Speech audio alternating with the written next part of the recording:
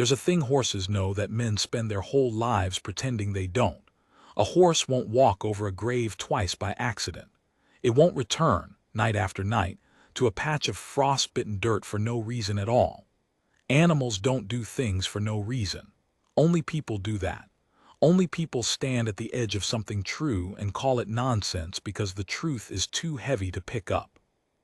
I'm telling you this before I tell you anything else because I want you to understand that I didn't believe it at first either. I laughed. God help me.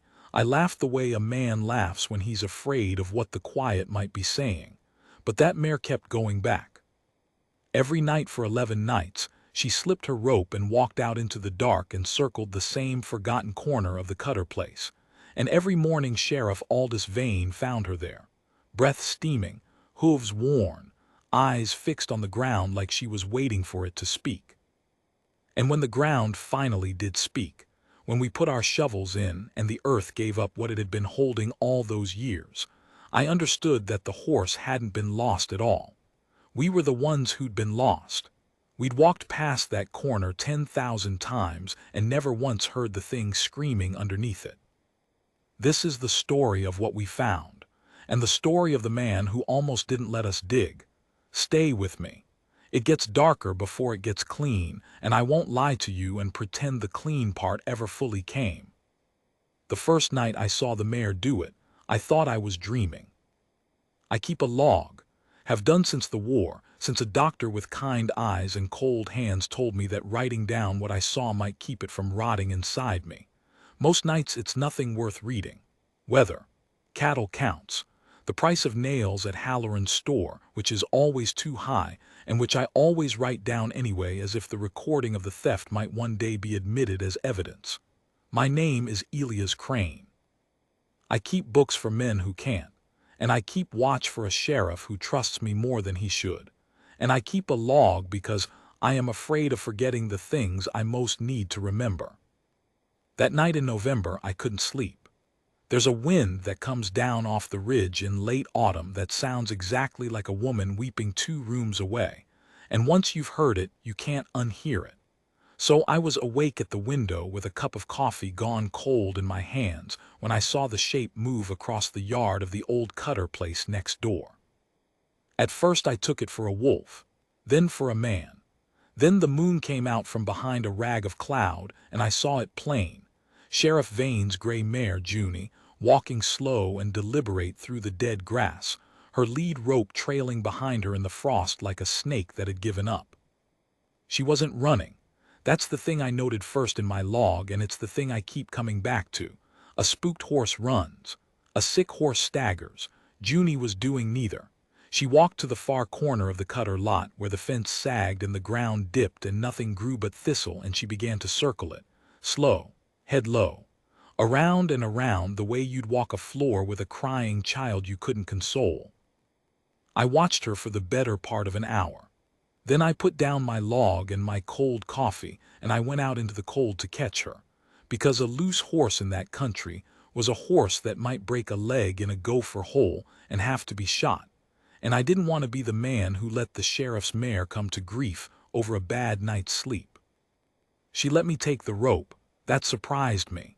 She was gentle about it, almost apologetic, the way a dog is when you catch it somewhere it knows it shouldn't be. But when I turned her back toward Vane's place, she planted her feet, all 4 of them, and she looked at me. I have been looked at by dying men. I have been looked at by my own father in the last week of his life, when the words had left him but the wanting hadn't.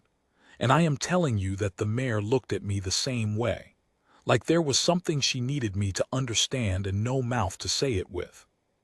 "All right," I said to her, because a man alone in a field at 2 in the morning will say all right to a horse and mean it. "All right, girl, not tonight, but we're going home." And she came, reluctant, looking back over her shoulder the whole way, but she came. I told Vane the next morning, over eggs at the Bluebell, and he did what I expected. He laughed. Aldous Vane was a big man gone quiet with age, the way big men do when their strength starts to feel like a lie they're still expected to tell. He'd been sheriff of Harlow County for 19 years. He'd buried a wife and a deputy and something in himself that he never named, and he wore all of it under a hat brim he kept low, and he laughed at almost nothing anymore. So when he laughed at my story about Junie, I took it as him being kind, softening the blow of thinking me a fool.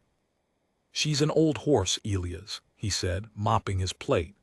"Old horses get notions. My grandmother used to walk to the hen house in her nightgown at all hours, swearing the hens were calling her. Didn't mean the hens had anything to say." "Your grandmother wasn't tied up," I said. "Junie slipped a good knot to get out there." He shrugged.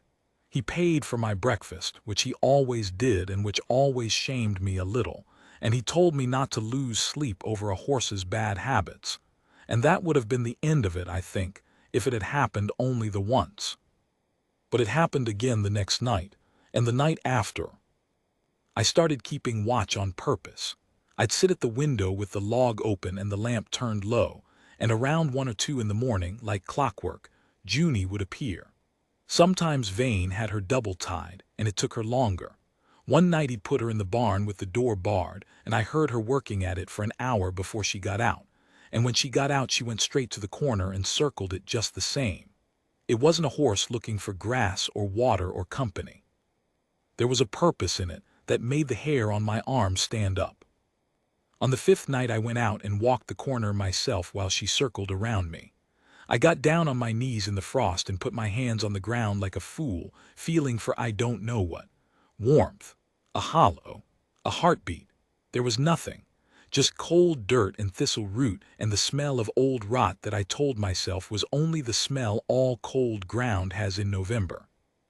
But the mare watched me do it, and when I stood up empty-handed she made a sound I'd never heard a horse make, low, broken in the middle, almost like a question that already knew its own sad answer. I wrote in my log that night, "The horse knows something." And then, because I am a coward, I crossed it out. And then, because I am also, occasionally, an honest man, I wrote it again underneath. The Cutter place had been empty for 6 years. I should tell you about the Cutters, because you can't understand what we found without understanding who was gone. Tom Cutter had come to Harlow County with a young wife and a wagon full of hope, the way they all did back then.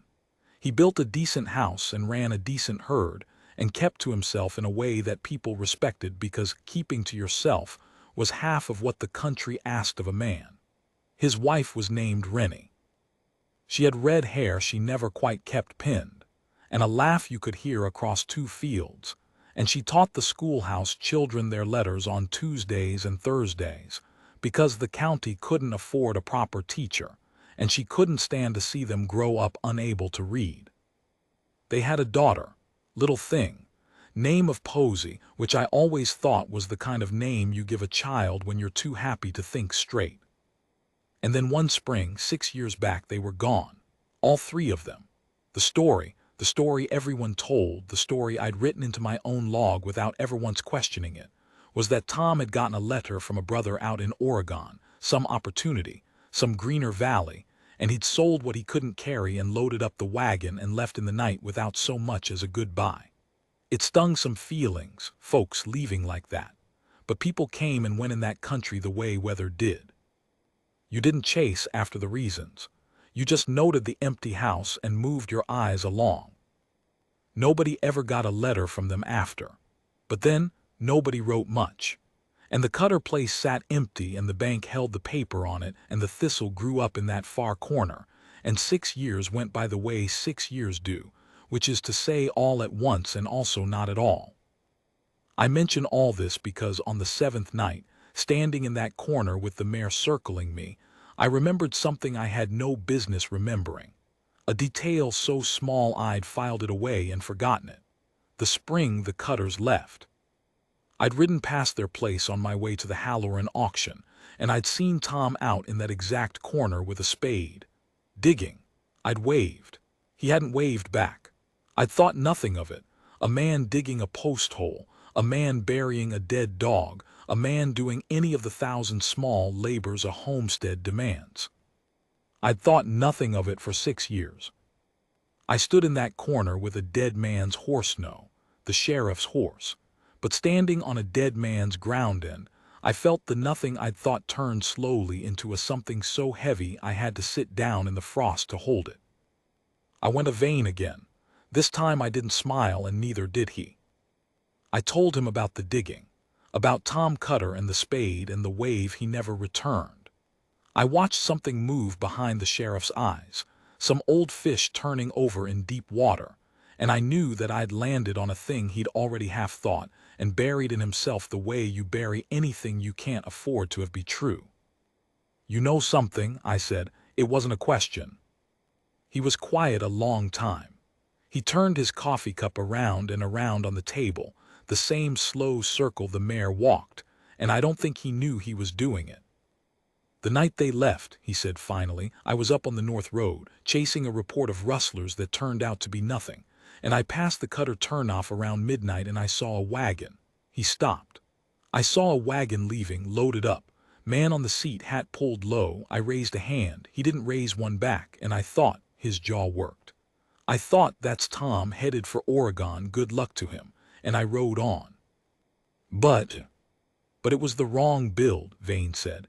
His voice had gone somewhere I'd never heard it go. "I've turned it over 1,000 times since and made myself forget it 1,000 times. Tom Cutter was a lean man, long in the arm. The man on that wagon was thick through the shoulders, short-necked. I told myself the dark plays tricks. I told myself a coat can change a man's shape." He looked up at me, and his eyes were wet and furious at himself, the way a man is furious when the coward in him has cost somebody everything. "I told myself a lot of things, Elias. For 6 years I told myself things." Neither of us said the name out loud, but we both knew in that moment that we were no longer talking about a family that had moved to Oregon. We were talking about a family that had never left this corner of Harlow County at all. He didn't want to dig. I understand it better now than I did then. To dig was to make it real. As long as the ground stayed shut, there was a version of the world where the Cutters were alive in Oregon, where Rennie was teaching some other county's children their letters, where Posey had grown tall and freckled and was maybe married by now to some steady Oregon boy. To put a spade in that corner was to kill all of them a second time, and to kill along with them the last soft lie that had let Aldous Vane sleep for 6 years. "And if we dig and there's nothing," he said, "then I've torn up a dead man's field over a horse's bad dreams, and I've made a fool of us both, and I've woke up something that was better left sleeping." "And if we dig and there's something," I said. He didn't answer. He looked out the window toward the Cutter place, toward that corner where the mare had worn a ring in the dead grass, a ring you could see now in daylight if you knew to look for it, a perfect circle of trampled ground like a fairy ring, like a thing marked out by something that could see what we couldn't. "She won't stop, Aldous," I said quietly. "That horse won't stop. She's told us 11 nights running. How many more nights can you watch her walk out there before you have to know?" He put his hat on. He picked up his spade from where it leaned by the door, the spade he'd carried to more graves than any man should have to, and he stood there holding it like it weighed more than it did. "First light," he said. "We do it at first light, and Elias," he stopped at the door. "If it's them, if it's really them, I don't know that I can be the man who has to be right about this. I've been wrong so long it started to feel like peace." "Then we'll be wrong together till the shovel says otherwise," I told him. It was a poor comfort, but it was the only kind I had. That night the mare didn't circle. For the first time in 11 nights, Junie stood quiet at her rope and watched the corner from a distance, ears forward, still as a carved thing. It was as if she knew, as if the message had finally been received and there was nothing left to do but wait for the morning to prove her right. I didn't sleep. I sat at my window with my log open and my pen dry in my hand, and I found I could not write a single word. Some things you can't get down until they're finished, and this thing was not finished. This thing was only, after 6 buried years, about to begin. We started at first light, the way he'd said, but first light in November is a mean and grudging thing. The sun came up the color of a bruise and gave us no warmth at all, only enough gray to see the ring the mare had worn and the frost on the thistle, and the two of us standing there like men at the edge of a decision we'd already made and still couldn't quite believe we were making. Vane had brought 2 spades and a lantern he didn't need and a bottle he pretended he hadn't. I'd brought my log, which I set on a fence post where I could reach it, though I didn't write in it. Some part of me still thought that if I didn't write it down, it might not be so. The mare watched from her rope. He tied her at the edge of the lot where she could see, and she stood without moving, ears pricked toward us, and there was something almost unbearable in the patience of her. 11 nights she'd walked this ground. She'd known before we did, and now she waited to see if the slow, stupid, 2-legged creatures would finally understand what she'd been trying to tell us since the first cold night in November. "Where?" Vane said, just the one word. His voice was thick. I pointed to the center of the ring, where the mare's circle had a center, the way a whirlpool has a center, a still point that all that patient walking had been drawn around. "There," I said. "She always kept that in the middle. Whatever it is, it's under there." He nodded. He spat in his hands out of old habit, and he put the first spade into the ground where a dead man's horse had told us to, and the frost-locked earth gave way with a sound like something old clearing its throat to speak at last. For the first 2 feet it was only dirt. I want to tell you what that hour was like because I think about it still. The 2 of us digging in silence, breath steaming, the only sounds the bite of the spades and the small grunts men make when they don't want to speak. The mare behind us, still as stone. The gray light coming up slow.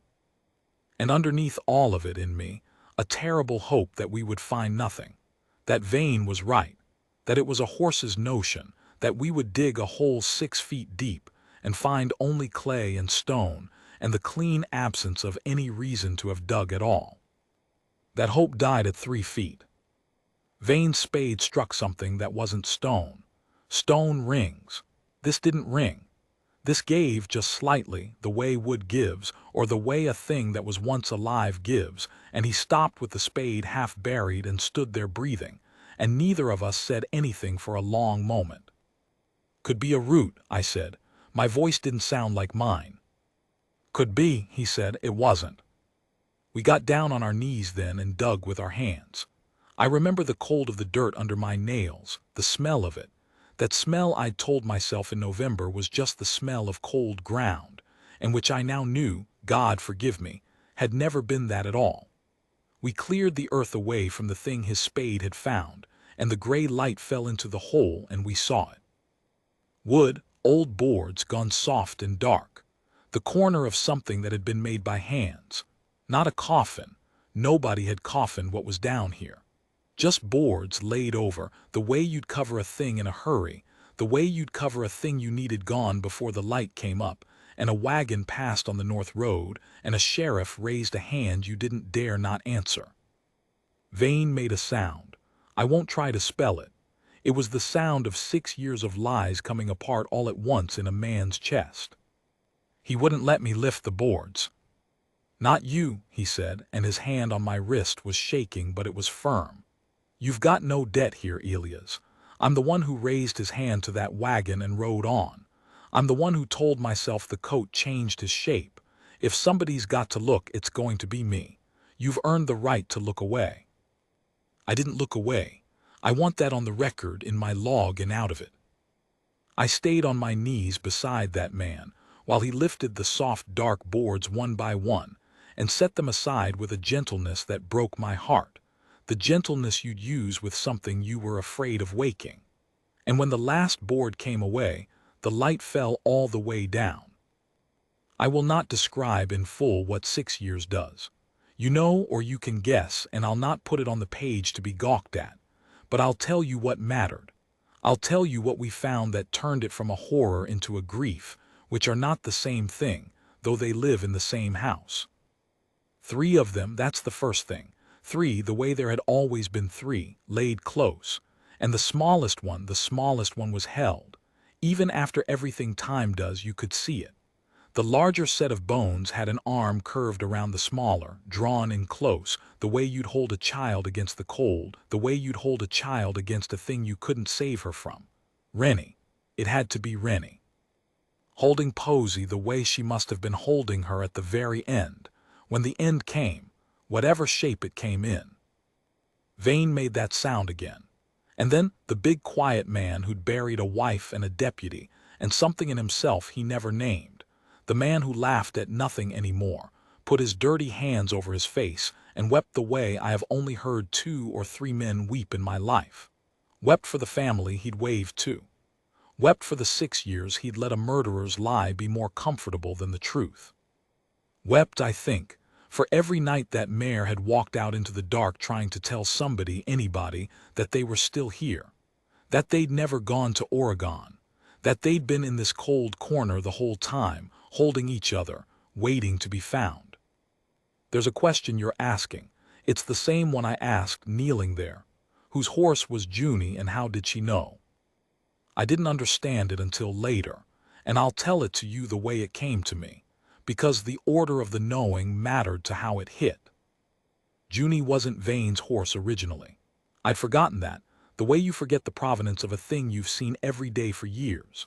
Vane had bought the mare at auction 4 years back cheap, because she was getting on and had a reputation for being strange, for slipping ropes, for standing at fences staring at nothing, for a melancholy that put buyers off. The auctioneer had called her a good horse gone soft in the head. Vane had felt sorry for her and bought her for less than a saddle. And where had she come from, this mare that had a reputation 4 years back for slipping ropes to go stand and stare? I found the bill of sale later, in the county records, in the careful hand of a clerk who'd had no idea what he was recording. Junie had been sold off with the rest of the Cutter stock when the bank took the place. Junie had been Rennie Cutter's horse. Posey had learned to ride on her. That gentle gray mare had carried a little girl named after a flower on slow summer evenings around a yard that no longer existed.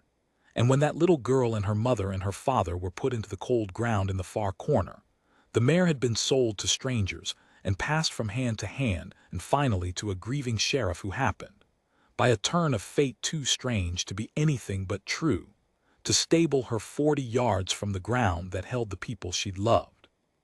4 years she'd been that close and never known.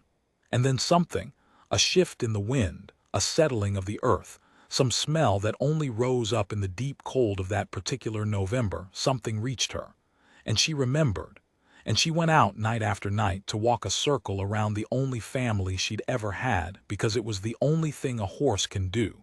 She couldn't dig, she couldn't speak. She could only go and go and go, and wear a ring in the frozen grass, and pray in whatever way horses pray that one of the slow blind men in the warm houses nearby would finally look out a window and wonder why. I looked out a window. That's the whole of my part in this. I happened to look out a window, and I happened to be a man who keeps a log, and I happened not to laugh quite long enough to let it go. That's all. The mare did the rest. The mare had been doing the rest for 11 nights, and for 4 years before that in her patient waiting way, and really since the night they took her family from her and sold her to strangers. We didn't fill the hole. Vane wouldn't have it. He sat down in the frost beside it with his back against the sagging fence, and he took a long pull from the bottle he'd pretended he hadn't brought, and then he corked it and threw it as far as he could into the thistle, and I never saw him take another drink after that day.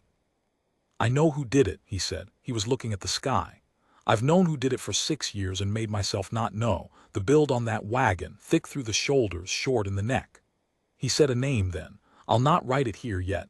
It's not mine to spend, and the law has its own slow way of spending such things, but I knew the man. Everyone in Harlow County knew the man. He'd bought up Cutter land cheap from the bank. He'd bought up a good deal of land cheap over the years, always from folks who'd left sudden in the night, always to opportunities out west that no letter ever confirmed. How many, I said, the cold went through me that had nothing to do with November. Aldous, how many other corners are there? He turned and looked at me, and I saw in his face that he'd already done that arithmetic years ago in the small hours, and had made himself unlearn the sum. "That," he said slowly, "is the thing I have to be the man to find out now, isn't it? That's the debt." Behind us the mare made a sound. Not the broken question she'd made in the field those November nights. Something else. Lower, almost, and I know how this sounds, and I've stopped caring how things sound, almost like relief. Like a held breath finally let go. She'd said her piece. 11 nights and 4 years and the whole long patience of her grief, and at last the slow blind men had understood, and there was nothing left she needed to say. She never circled again. I want you to know that. From that morning to the day she died, 3 winters later of nothing but age and a long life, Junie never once slipped her rope in the night. Whatever she'd been carrying, she set it down in that field. She delivered her message. She'd brought her family home to the light, the only way a horse could, and then she went back to being just a gentle old gray mare who liked her ears scratched and stood quiet at the fence in the evenings. But sometimes in the last years I'd catch her looking toward that corner, just looking, and I never once thought she'd gone soft in the head. I thought she was remembering. I thought she was keeping watch. I thought, and I think it still, that she was the only one of us who'd never for a single day pretended not to know. The law is a slow horse, and it doesn't circle a thing 11 nights to warn you. It plods. It plods and it plods, and half the time it plods in the wrong direction. And the man who'd bought up dead men's land cheap for a decade had a great deal of money and a great deal of standing. And money and standing are the fences that keep the slow law horse from ever reaching certain corners of certain fields. His name was Cassius Bell. There. Now you have it, and now I can tell it straight, because in the end the truth got out from under him the same way it got out from under that November ground, slow and cold, and undeniable once the light finally fell on it. Vane went at it different than I'd feared. I'd feared he'd ride out to Bell's fine house with a pistol and 6 years of self-hatred, and end the thing in a way that would put him in a cell beside the man who deserved one. But grief had done something to Aldous Vane, or maybe grief had undone something, some knot of shame that had held him bound. He was patient now. He was patient the way the mare had been patient. He understood, I think, that Bell could not be dug up in a single cold morning. Bell had to be circled. Bell had to be worn down, night after night, until the ground of him gave way. So Vane circled. He pulled the old bills of sale, all the land Bell had bought cheap from folks who'd left sudden in the night. He wrote to counties out west, to Oregon and to California, asking after the families who were supposed to have gone there. Tom Cutter's brother, the one who'd supposedly sent the letter that started it all, Vane found him. Alive. In Oregon. He'd never sent any letter. He'd never heard from Tom at all after that spring. He'd assumed, the way we'd all assumed, that his brother had simply chosen not to come, and he'd nursed a small private hurt about it for 6 years.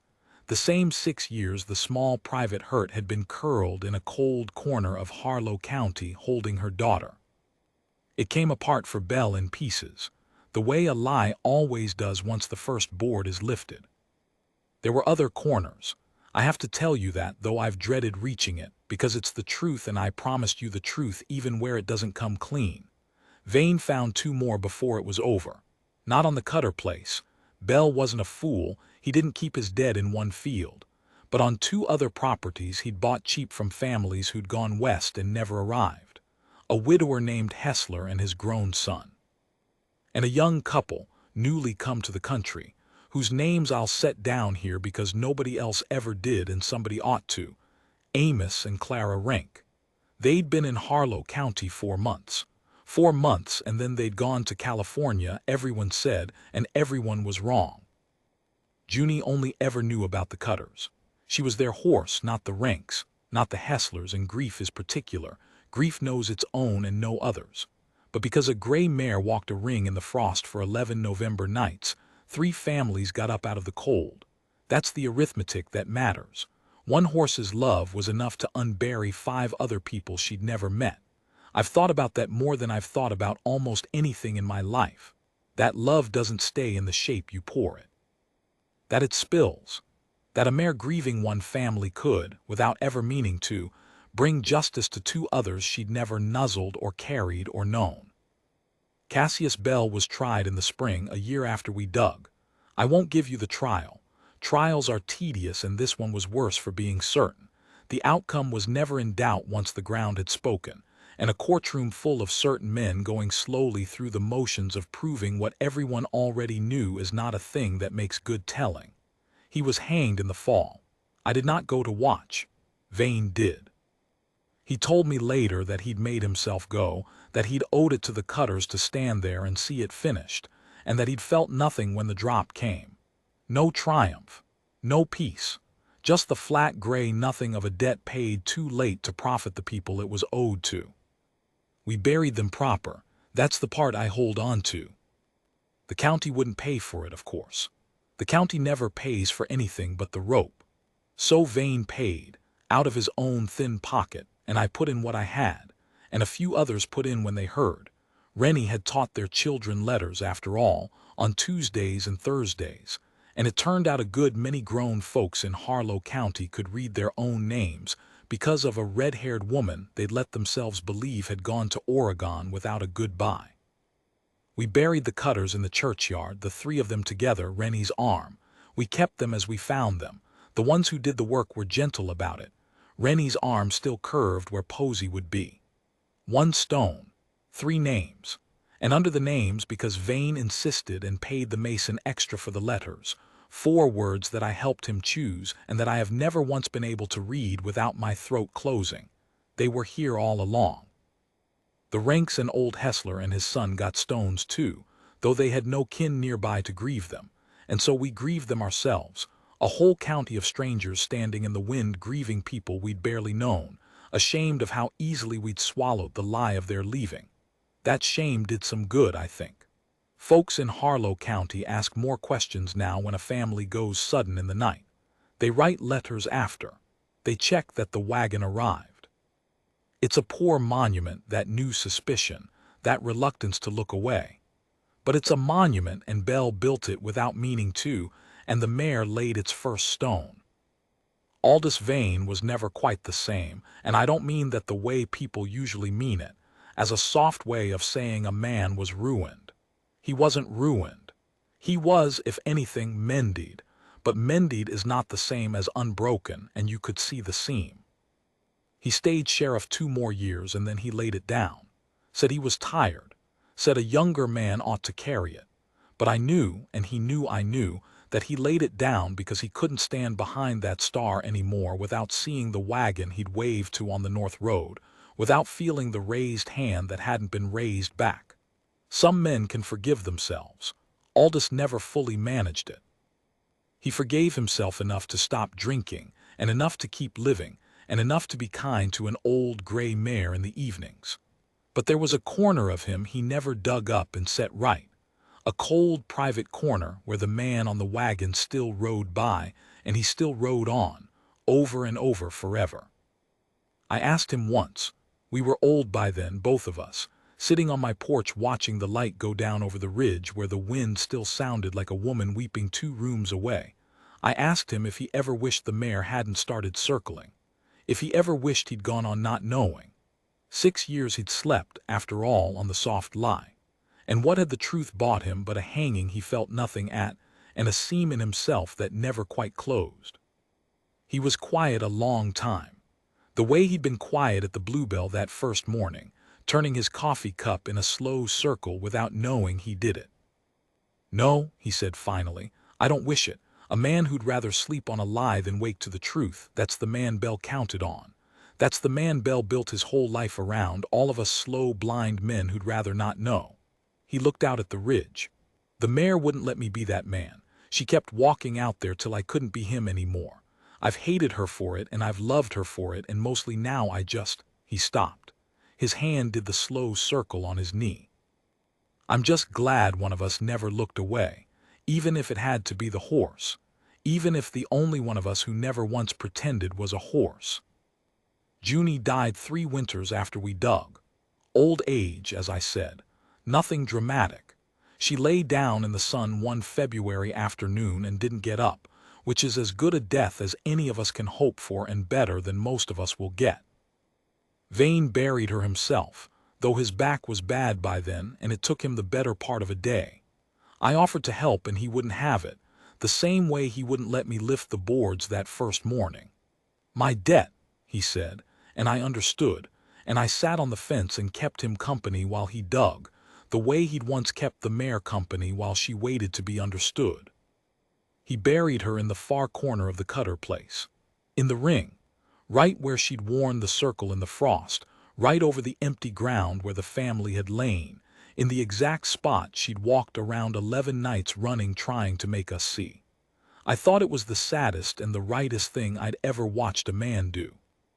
To lay the mare down in the center of her own long grief, in the ground she'd guarded, near as we could put her to the little girl who'd learned to ride on her back on slow summer evenings in a yard that no longer exists. There's no stone on it. Vane said the mare wouldn't have wanted words, said she'd never needed words, that words were the slow blind men's tool and she'd done the whole of her great work without a single one. But the thistle doesn't grow there anymore. I don't know why. The rest of that corner is thick with it, but the ring where she walked and where she lies is bare and smooth, a perfect circle of clean ground, and in the spring a little grass comes up there greener than anywhere else in the field. I go out sometimes and stand in the middle of it, an old man now standing where a horse once walked her heart out trying to be heard. I don't pray exactly. I'm not sure I know how, but I stand there and I think about how close we all came to never knowing, how a whole family might have lain in the cold forever, uncounted, unavenged, a footnote of folks who'd gone west if one grieving animal hadn't refused to let it lie. And I think about all the other corners, in all the other counties, that had no such mare to walk them, all the lies that were never dug up because no one loved the buried enough to circle them in the frost. And then I go home, and I open my log, and most nights now at the very end under the weather and the cattle counts and the price of nails at Halloran's store, which is still too high, I write the same 3 words. I don't know why I do it. A habit, maybe. A prayer for a man who doesn't know how to pray. But I write them every night before I sleep, the words off the stone, the truest thing I know. They were here all along. Some nights I look out the window before I put out the lamp, toward the corner, toward the ring, and I'd be a liar if I told you I've never, in the deep cold of a hard November, thought I saw a gray shape moving out there in the dark, slow, head low, walking a patient circle around the ground she loved. I never go out to check. I've learned that much, at least, in a long life of looking out windows. Some things you don't chase, some things you just let walk.